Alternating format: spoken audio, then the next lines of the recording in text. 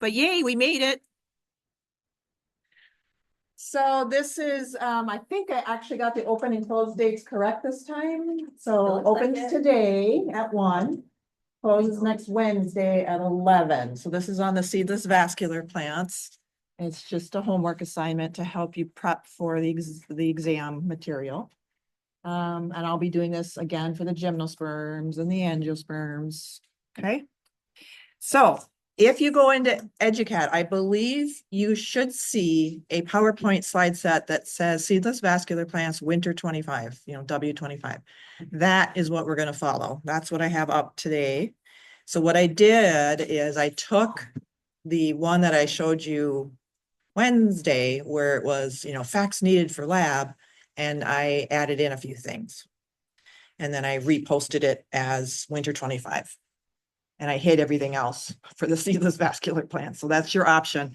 So I'm going to go through, I'm going to skip around right now because I covered most of what's in this slide set, but there's a few key things that I want to cover. So I'm going to shout out what number slide I'm on as I jump around here. So going to slide 5, just to recap now, with the seedless vascular plants, we have a big shift in that the sporophyte phase is the dominant phase compared to the bryophytes, where it was the gametophyte. Now we see the sporophyte. That's going to hold true now all the way to the angiosperms. The sporophyte dominates. So we're stuck with this now. But same basic idea, this alternation of generations going on.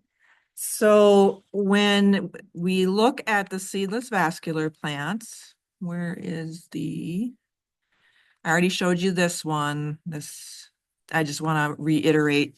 So it's the horsetails, whisk ferns, club mosses, and true ferns. So we went through most of those Wednesday. Let me bring up a few other key things. Okay, so slide 12 now has information on leaves. So we need to get into that. So when we say the word leaves, or if I say that to you, maybe you think about oak leaves or maple leaves, aspen leaves, and those are all leaves. So what those are technically are called megaphylls. All right, that's the type of leaf they are. That's the so-called, when I say normal leaves, most of us think about, oak or maple or aspen and those types of things. When they think leaves evolved from branches that were, close together physically, that kind of morphed all into one plane of dimension and then filled in with tissue. And then slowly over time evolved into what we call the leaves. So if you imagine my hand, my fingers are trying to be in different planes of space. And so these are the branches, my fingers are the branches. And then over time, they think they all came into one plane and then filled in with tissue. It's like webbing, webbing between a duck's foot. We had webbing when you were a baby, you had webbing between your fingers and toes. So that kind of idea. And then you had the veining pattern, coming from the branch pattern. So that is what they think is how the leaves evolved. Microphylls are another type of leaf, but it's not what you would think of really. And when I say the word leaf, but some of these microphylls seem to have appeared from these little flaps of tissue along the stems. And they give that word enations, that flap of tissue, they call that enations. So I'll show you an example of that. And when you look at them, they just have a very simple single vein that runs into that flap of tissue. Now, if it's a really small flap of tissue, we call it an enation. The club mosses have a more significant microphyll. So then they tend to use the word, yeah, those are microphylls. The whisk fern is the idea where they stick with the word enations because it's so rudimentary. But the other seedless vascular plants that have microphylls, we just say, yeah, those are microphylls. And I'll show you here what I mean. So this is a new slide.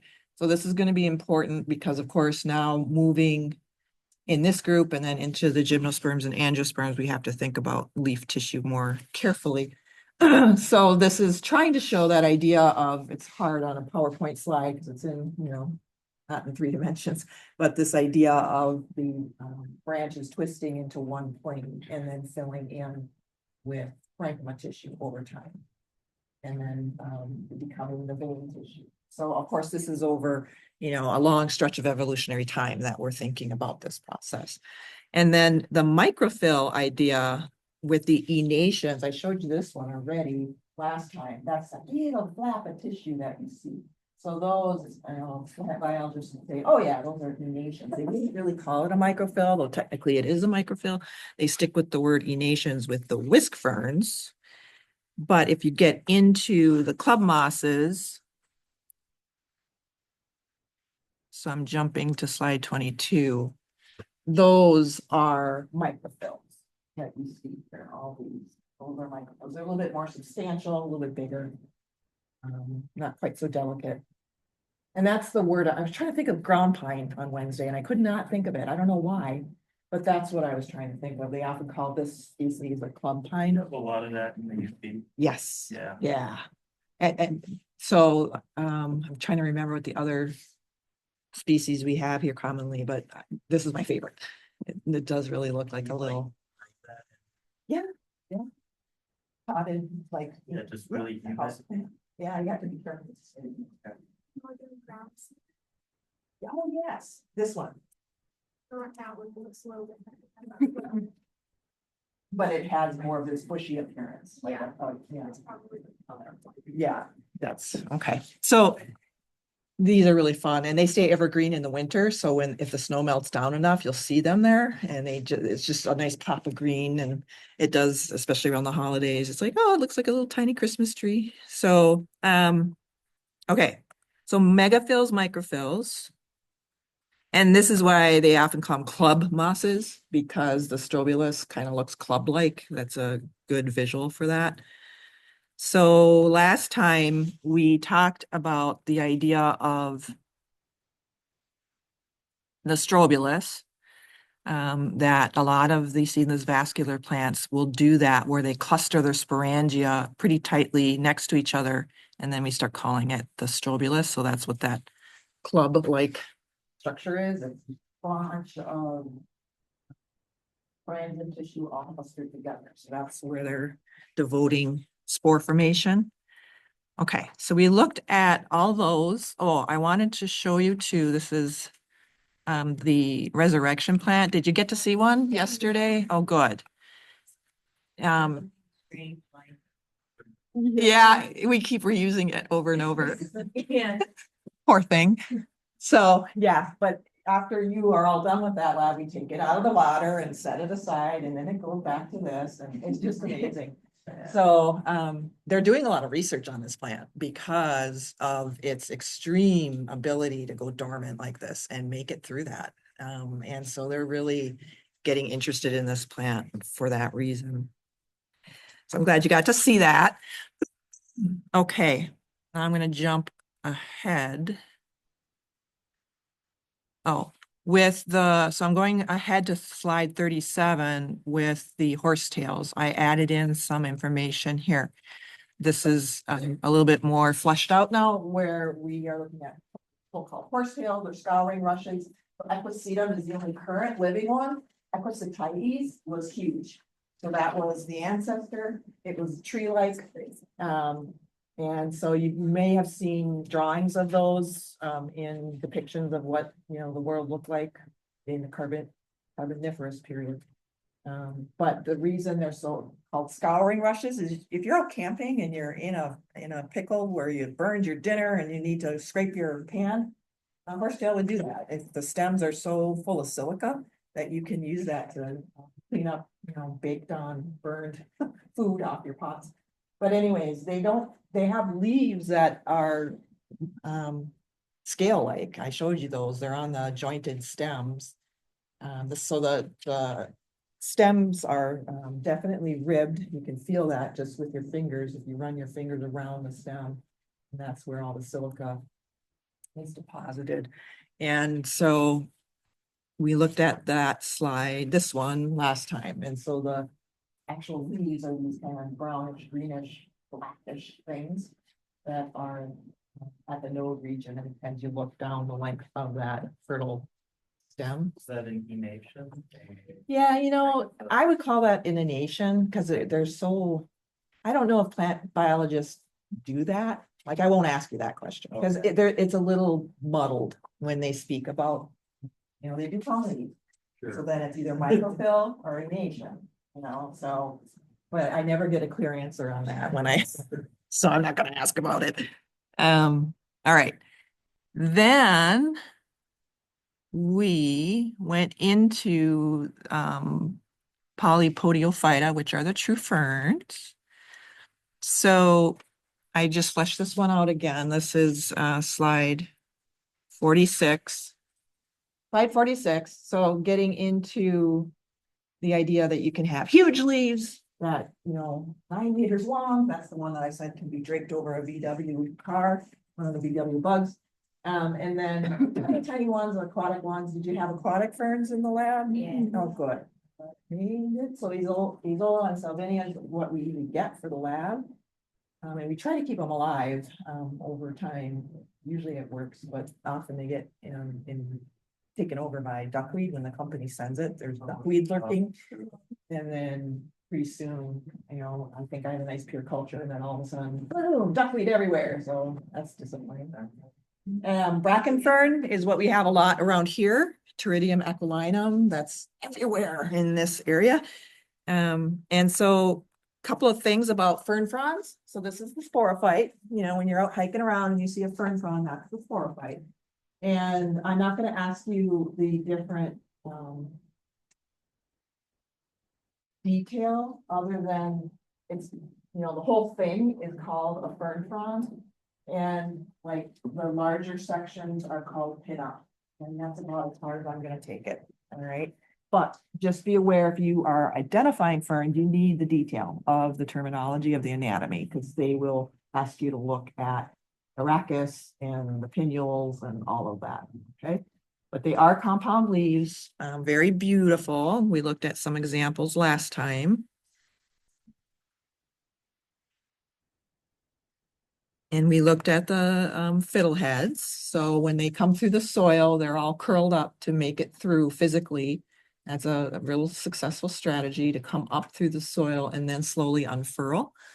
Some people think these are delicacies. They'll harvest these at the fiddlehead stage and fry them up, I think, in butter and garlic, and they're delicious. Apparently, I've never eaten one, but I could imagine they could be tasty. I'll have a little bit more to say about that in a minute. So I think this is new material right after that now. Just getting at the fiddleheads, like what's going on there. It's just that they're all curled up, and then they'll go through asymmetrical growth to unfurl and get out to their fully out position. And you need to be aware that you probably have known this if you've paid attention when you're out hiking through the seasons, but the fern fronds tend to die off every fall. So if you're lucky enough to have a landscape that you own where you can landscape with ferns, just be aware that it'll leave a big hole in your landscape pattern. I learned that the hard way. It's like, oh yeah, they do die away in the fall, don't they?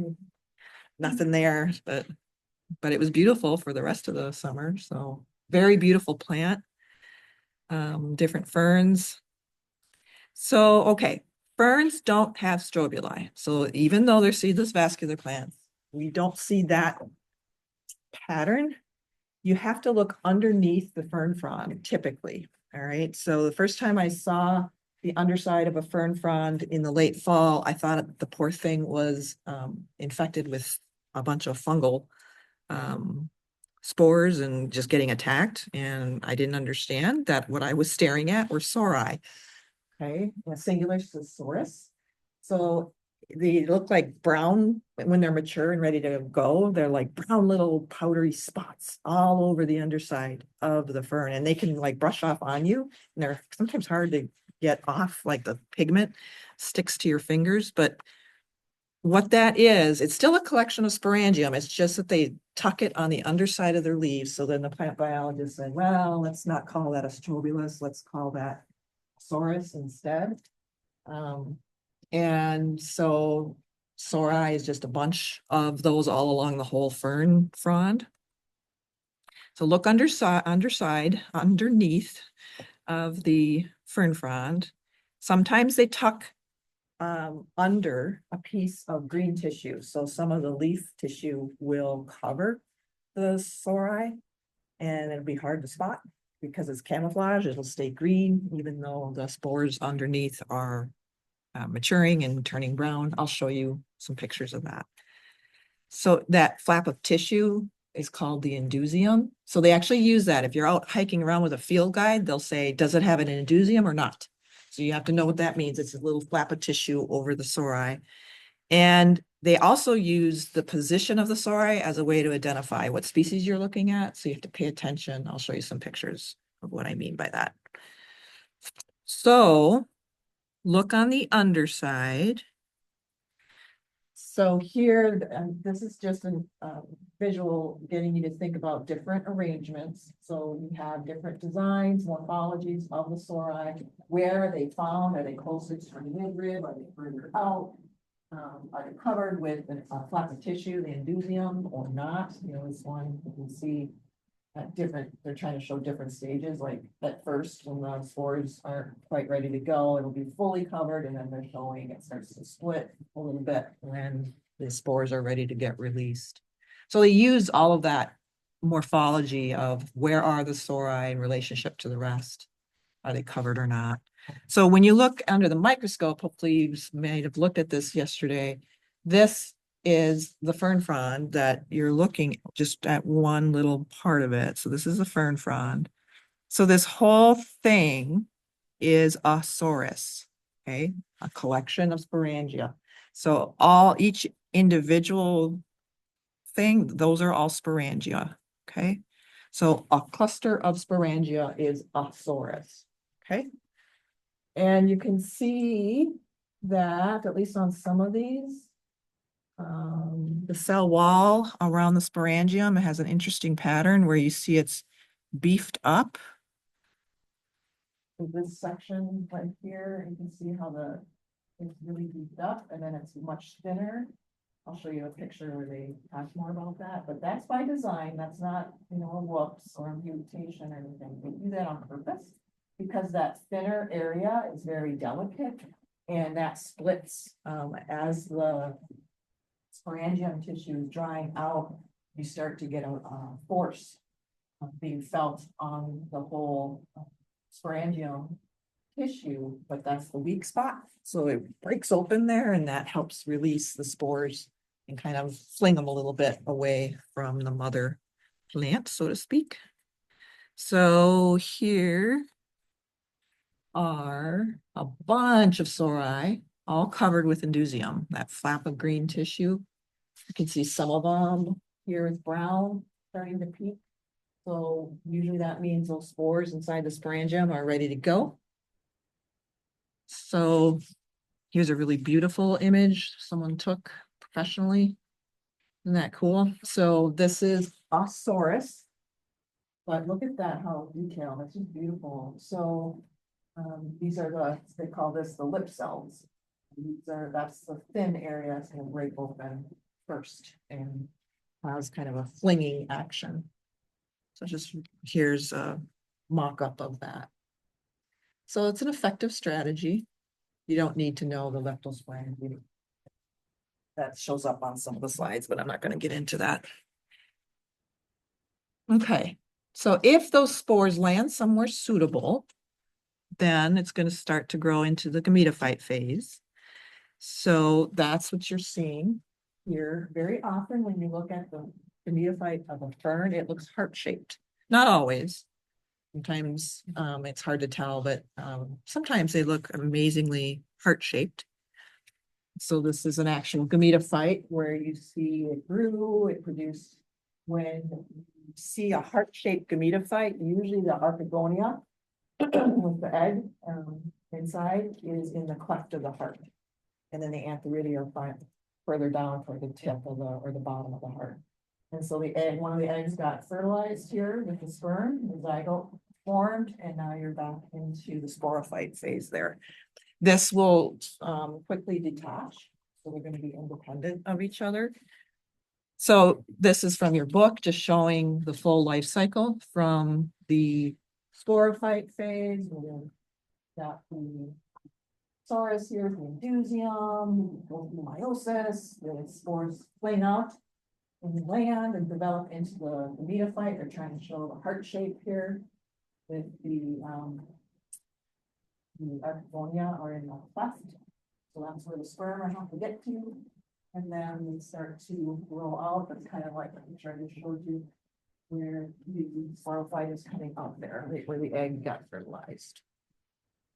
So if you didn't know that, make sure to tell people if you're out hiking that those aren't diseased ferns. You don't have to worry about them. Those are just spores that are forming, but they do kind of look like fungal spores if you look at it. Okay, I've added on some information about the ecology. Please read through these. I think most of this is straightforward. But I did want to mention, so this slide's pretty straightforward, but where's that one? Here, I think it's the next slide. I wanted to mention Azolla. The aquatic fern is often used in rice paddies and in rotation. So after they harvest the rice out, they'll put Azolla in on purpose. And that's because they know that Anabina comes with it. And so Anabina is a cyanobacteria. Do you remember some cyanobacteria? They're really good at not only photosynthesis, but do you remember what else they can do? Yeah, they can fix nitrogen. Yeah, so that I forgot to squeeze that in there. Write that in your notes so that you are aware, like, what's the big deal about Azolla and rice paddies? It's because of the nitrogen fixation going on. So Anabina comes with the Azolla. It's not really the Azolla they're going for per se. It's, we know Anabina's coming with it. It's symbiotic, and Anabina can do nitrogen fixation. So that helps enrich the rice paddy fields with plenty of nitrogen naturally. So that's a good strategy. And then I wanted to explain a little bit more about this. So this middle picture with the green scum and a bunch of Azolla that they deliberately grew across like a lawn, so to speak, right on top of this body, this like urn of water. And they're doing that to suffocate any mosquito larvae that are developing. So if you have free water in your area, sometimes people will do that in order to disrupt the life cycle of the mosquito. So, and because the larvae are underneath here, and you get this, essentially, it's a domino impact where this growth is so luxuriant that's partly helping with limiting oxygen, but then you tend to get some nice like cyanobacteria, well, not cyanobacteria, but bacteria in there that start to scarf up the oxygen. And so it's kind of this 1-2 punch. So Mosquito larvae don't actually have gills. Yeah. Above the water, Yeah. and that's how they breathe, so having a thick cover. That makes sense. It's like if you were in the water and you tried to come up for air, it would treat plastic. yeah, Yikes. so be aware with fiddleheads. I have read some studies that there's correlation to intestinal cancer. That does not mean that if you eat them, you're gonna get cancer. I just read a couple studies. I haven't had a chance to chase that down, if that's still being thought, if they've done any more studies on that. But I read a paper a while ago. So just do a little research. If you like fiddleheads, just look into it. Ferns as air filters, they're really good. The Boston fern plant that you can buy for your home removes a lot of volatiles that aren't good for us to breathe. So they did a study, NASA did a study where the Boston fern could remove 1,800 micrograms of formaldehyde in a 3 meter by 3 meter space. That's pretty good. And this is the Boston fern. Very beautiful plant. Just be aware if you don't keep the humidity just right, it rains down the little fern But today you'll be sweeping all the Yeah. time. So when we Be first careful. moved into the Weston Hall. None of the windows, you can't open the windows anymore by fire law, OSHA fire law. Yeah, but everything was new, carpeting, all the. Any wood in there, the fake wood in there, was all off gassing, and I didn't want to be stuck in a little tiny office sucking that in. So I went and bought a dozen full chur. Put them everywhere in my office. And you walked in though, but you could tell a huge difference if I just walked around to my neighbor's office and went in there and just, breathed and smelled for a little bit. Then you walk into my office, huge difference. And it smelled so good. Like I'd have students walk in and go, "Oh, it smells so good in here." And it looked like a jungle. I loved it. However, the maintenance people did not love me. Oh, I was getting in trouble. So I did that for about a year, and then only one of the maintenance people, he was like he loved plants, so he's like, "It's okay, I'll be the one to vacuum your," so he took over vacuuming because everyone else was pissed off at me. So, and I'm like, all right. Yeah, and you do, you end up sweeping up leaves. So they are pointing to, so there's Equisetites, a huge horsetail back then. And some of the other seedless vascular, giant club mosses, horsetails, tree ferns, pretty amazing. So really that's who we have to thank for coal when we mine coal. It's their dead bodies that have partially decomposed. If you're curious of how coal forms, this is a little synopsis of that. I'm not going to test you on that, but I've had students ask about that in the past. So, and I didn't know the details either. So this was kind of a nice summary of that whole process. But we have the seedless, mostly it's the seedless vascular plants that we can thank for the coal. And then just some other beautiful dyes you can get. Lots of beauty, especially with the ferns, but even, the club mosses are really cool. So they're all cool, but, okay. Then this last slide in the slide set is a good synopsis. The ones that I've asterisked, so the final 4 here are what I want you to know. And I put in the more common phylum names now that are showing up in your textbook. And so pay attention to differentiate it into root, stems, and leaves. That column is important. Type of leaves, that's a good one to look at as well. And type of steel, so that, remember, that's the vascular tissue arrangement, like, is it a protosteel or some monosteel? Those are really your options. So those 3 columns in particular, okay? And then the phylum names, make sure you know the phylum names. Do you want us to know like the old file names too, or just No. the current? The current ones, yeah. So I think Polypodiophyta is what is in your textbook. Silodophyta, I'm gonna use Equisetiophyta. I don't know what your book uses, but I'm sticking with Equisetiophyta. And I think your book uses Westophyta as well. Okay, so the seedless vascular plants, that's my shortened version of that, because we're, like I said, on Wednesday, we're running behind in content. Root stems, leaves. Leaves. Root stems and leaves, type of leaf, and steel, which is referring to the vascular tissue. And the phylum names. Make sure you know, who belongs into which phylum. Okay, questions, other questions? What slide number? This is the very last one, very last. Go all the way to the end. Okay. So now let's get into the gymnosperms. I'm hoping to cover some key aspects before we stop here for today, because I'd like to introduce it today so you have a chance, if you're going to study over the weekend, that you can go through it, because it's it's going to be a little intense. So seed plants, now we're getting into the seed plants. Okay, so the seedless vascular plants we just finished, they're seedless. Now we're shifting, huge shift. Now we're thinking about plants that form seeds. So usually when I say seed plants, most of us probably think about apples and orange trees and lemon trees and all the other angiosperms, but don't forget about the gymnosperms. They came first, okay? So here's a couple of different depictions of the evolutionary process of shifting now into, so I like this is nice, the left one, because it says, yep, these are all non-vascular. Then we shift into vascular. That was a huge evolutionary step.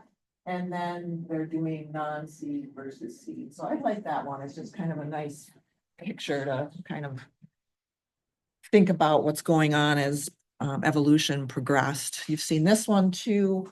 So now we're getting into in the offshoot here to the far right, where we're looking at the gymnos and the angiosperms. Here's another look at it. So this is zooming in mostly, most of this is gymnosperms, and then the flowering plants are off. We'll get to them eventually. But this is showing the kind of common names of the different groups of plants, okay? So these are all the gymnosperm groups, plant groups. We have cycads and ginkgo, which you wouldn't believe is a gymnosperm when you look at it, but it is. Pines or conifers, and then the neophytes, the G is silent. Okay, so we're going to work through these. We're going to focus in on pines, but we're going to get to the other three as well next week. This is kind of nice. It shows evolutionary time on the Y scale and trying to get across like when were they more successful and when were they less successful in terms of their how many were there. And so if you can see with the cycads that we're going to get into next week, they started off modest and then they had a time period way back where they really flourished. And then they're back to being modest again. Okay, so that's how you interpret that. You can see here the conifers, they started off modest, but then they really took off. Okay, so if you look at conifers and compare that to the neophytes and the cycads and the ginkgos, conifers win. Currently, there's more of those species than any of the other three groups of plants. So that's kind of a nice way to compare who's currently making it and who's kind of struggling, so to speak, in comparison. All right, seed plants. So seeds, again, usually you might think of an orange with a seed inside, although most oranges now are seedless.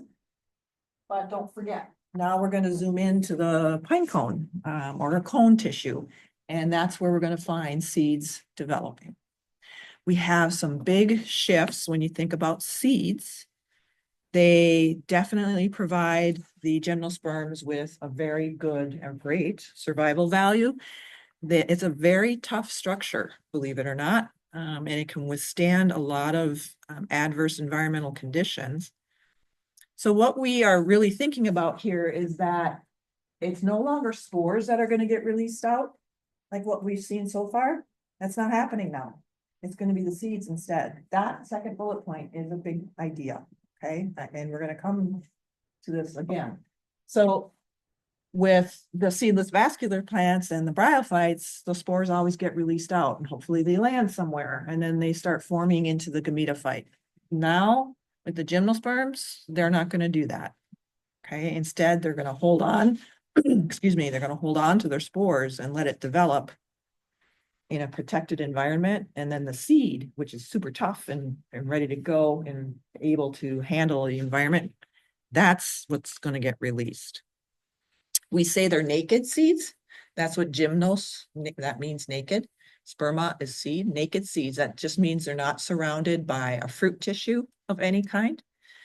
And if you look at a pine cone, for example, the seeds are just there on the top of each scale of the cone. They're just sitting there on the top. So they're not buried in any tissue like what a fruit, when you look at the seeds inside a fruit.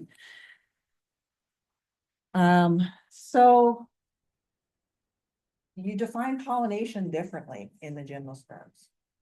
So this fourth bullet is really the definition of pollination in gymnosperms. And you usually don't hear it. If someone says, hey, what's the definition of pollination? This is not what they give you. But just be aware, in the world of the gymnosperms, this is pollination, is getting the pollen, getting delivered to the ovule, which I'll show you what I mean by that. If you look up the dictionary definition, I'm guessing they always give the angiosperm, where they say pollen goes to the stigma of the flower. And that's true, but not in the gymnosperm, because there's no flowers in the gymnosperm. So another way to think about gymnosperms is they're fruitless, but they are seed plants, fruitless seed plants. No more water is necessary. We always said with the bryophytes and the seedless, we need motile sperm, we need free water to get the sperm to swim over to the egg or splash over to the egg. We don't have that anymore. That's gone away. So now we can get into drier habitats. We don't need that constant water. All seed plants now. So moving forward, when we talk about their spores that they're going to be producing, they're heterosporous. So that's the idea again that we briefly mentioned, where some seedless vascular plants do this. You have a megaspore and then the microspores. And the mega, think about the egg. It's right almost in the word there. If you just add another G, megaspore, eventually that's going to give rise to the mega gametophyte, big, like a big egg. So the mega gametophyte is the female gametophyte that's going to produce eggs in archegonia. The microspores, on the other hand, like tiny little sperm. When they develop, they're going to develop into what we call the micro gametophyte. All right, so we are going to see that in the angiosperms as well. 4 phyla you need to know, at least it's only 4. I'm not going to ask you to memorize all the phyla in the angiosperms. We'll be here till next year, trying to get that done. So you only have 4 phyla to think about here. Pinophyta or Pinophyta, the conifers belong into that. Cycadophyta or Cycadophyta, depends who's pronouncing it. Ginkgophyta, Ginkgophyta, Nidophyta, I can say that, Nidophyta, Nidophyta. I've heard them both ways, so pick one and just say it with confidence. All the letters. Yeah. So with ginkgos, we're gonna learn there's just one genus left. So they're really slimmed down compared to what they used to be millions of years ago. And neophytes, there's only 3 genera still. So phylum Pinophyta wins for sure. All right, let's think about this idea of releasing the spores.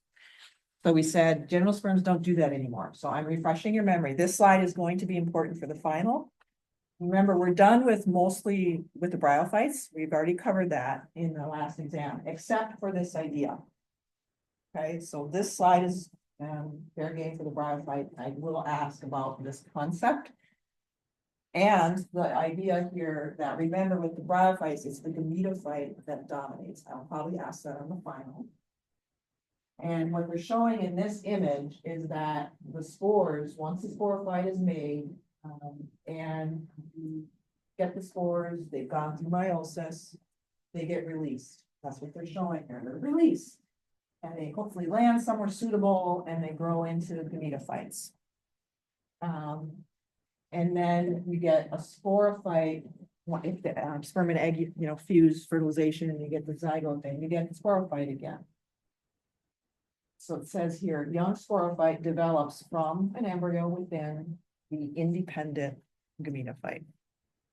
Okay. Let's compare that to this. So when you are out hiking around the gymnosperm trees that you're looking at, that's the sporophyte. That's the sporophyte. So spores remain on the sporophyte while developing into dependent gametophytes. So that's a big shift. So we're going to zoom into the cone tissue and we're going to see male cones and female cones. Okay. So basically the gymnosperms are like, nope, I'm not releasing my spores. I'm going to protect my spores that are developing into the gametophytes. And it's going to stay attached, protected, not going to release any of my developing spores. Okay. So we're gonna look at this idea of the megagametophyte in the cone tissue, and then you'll have the so-called pollen cones. That's where you have pollen grains, and if you follow the pollen grain to maturation, eventually sperm show up. Takes a while. And then if the sperm and egg unite, then you get the baby sporophyte developing, essentially, in the seed. And then the seed gets released, not the spores. So when you're studying, going back and forth to these ideas is a good idea. Because in the evolutionary process, these are really important, crucial processes going on that are showing a dramatic shift.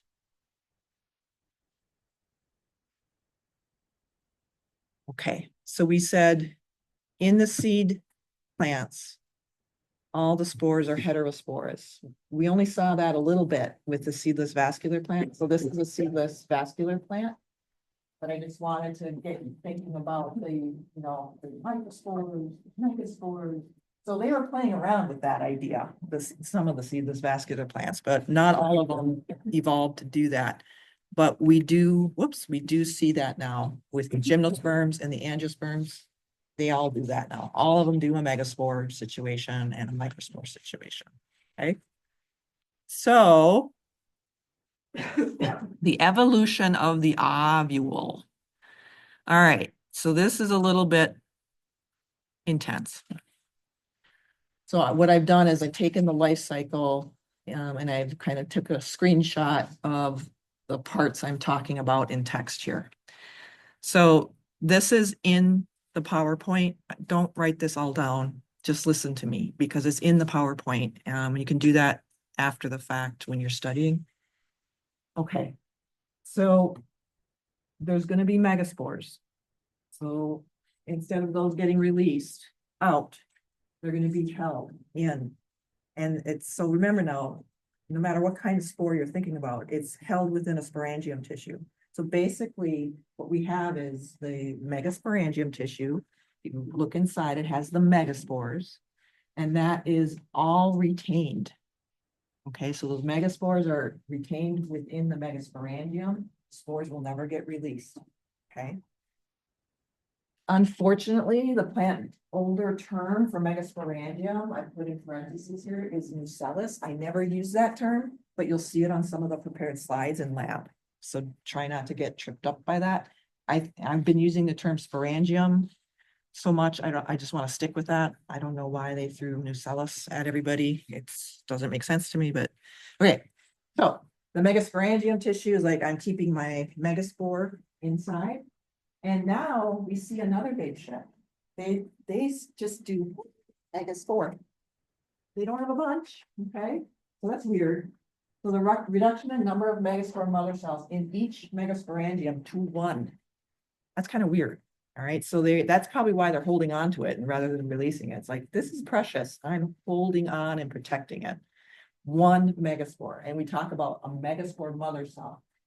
Okay. So that's interesting. And then, so I abbreviate megaspore mother cell to MMC. So that megaspore mother cell still has to go through meiosis. That hasn't changed. You got to do that. And anytime one cell goes through meiosis, do you remember how many cells back from what, BI 111 or 112? If you have one cell going through meiosis, how many do you end up with? 4. Okay, 1 to 4. So meiosis, first you get 2 cells and then by the end of it, 4 cells. So that, here it is. You'll get 4 megaspores produced, but get this, 3 of them die off. So again, you're left with 1 precious megaspore that they call the functional megaspore.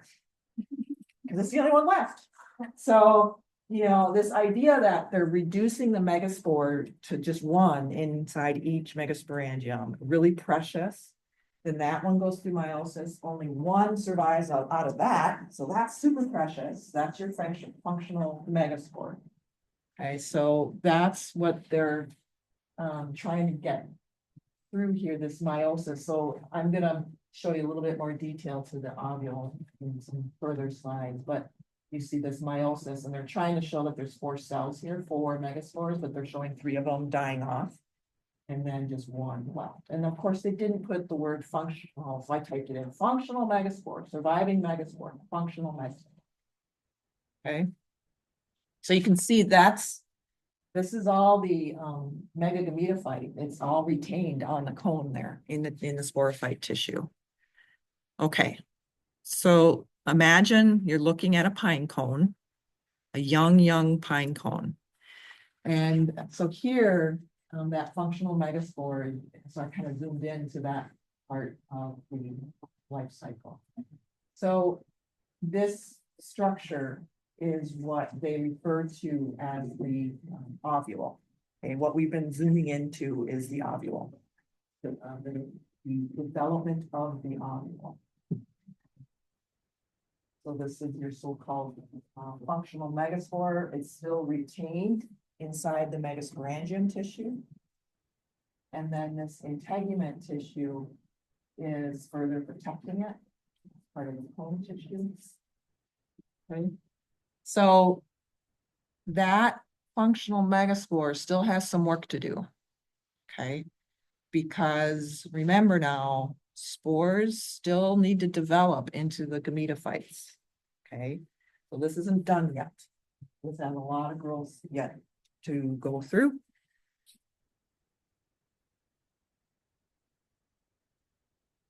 So what happens is that functional megaspore has to grow. So it's just going to go through mitosis, cell division, increase the number of cells. And when you look at this in lab next week, I think, it just looks like a mess, really. You look at it and you're like, what is going on here? Because you'll see just this weird look to the developing megagametophyte. It's just going to look messy. There's going to be, spots where it looks devoid of any tissue at all. Basically, it's just very young. It's going through a lot of very fast mitosis, but it doesn't always go through full cell formation. It just looks really weird. Don't worry too much about it. Eventually that will solidify in the sense that you'll get full cell formation, cell walls around every cell. Everything will start looking more tissue-like. And then you'll start to see differentiation of that megagametophyte where you need to get the archegonia to form, because that's the job of the gametophyte. So it's like, okay, our final job is to get archegonia with a single egg in each one. With gymnosperms, they can have, depends on the species, they might have 1 archegonia, 2 archegonia, up to 200, which I don't even know what species has that many, but they always try, it seems, I haven't seen an exception to this, they design their archegonia to be closest to where the sperm come in. So it's less work for the sperm. All right, and I'll show you a picture of that. So the closest end is what we call the micropyle area. I'll show you a picture of this. So the archegonia will form really close to the micropyle because that's where the sperm are going to finally get to. But again, it's the same idea. Each archegonium just has 1 egg. So that should read each archegonium has a single egg. And technically, if you have several archegonia, like if the 200 archegonia, technically all 200 eggs could get fertilized, but that tends not to go all the way to completion. Usually 1 embryo, probably maybe the first one that got fertilized, the first egg that got fertilized, that one takes off, so to speak, and the others stop. They kind of abort their growth and they just fade away. And so usually 1 wins and all the rest will just stop. Again, this precious, everything's getting reduced to just 1 embryo makes it, and so it's a process. So let me just finish up right here. So this is the end of the ovule now, where you have these 2 brown, big, deep, dark brown. Those are that black lining, that is the archegonium. And then the big brown thing inside, that's the egg. It's big, okay? So these are actually huge eggs in two archegonia there. But then the rest of this tissue is the megagametophyte, which is still inside the megasporangium. Right, it's tucked away in the megasporangium. And then you have the integument tissue protecting. The little tiny hole here, that's where the sperm are gonna come in. Okay, so it makes sense to put the archegonia more closer here than down here. All right, so please try to go through up to this slide again before we meet on Monday, because this is pretty intense. It takes a little studying to get this down. Okay? Try to have a good weekend. Hopefully it'll be sunny and get out some sunshine, maybe. No, but It's not sunny right now anyways.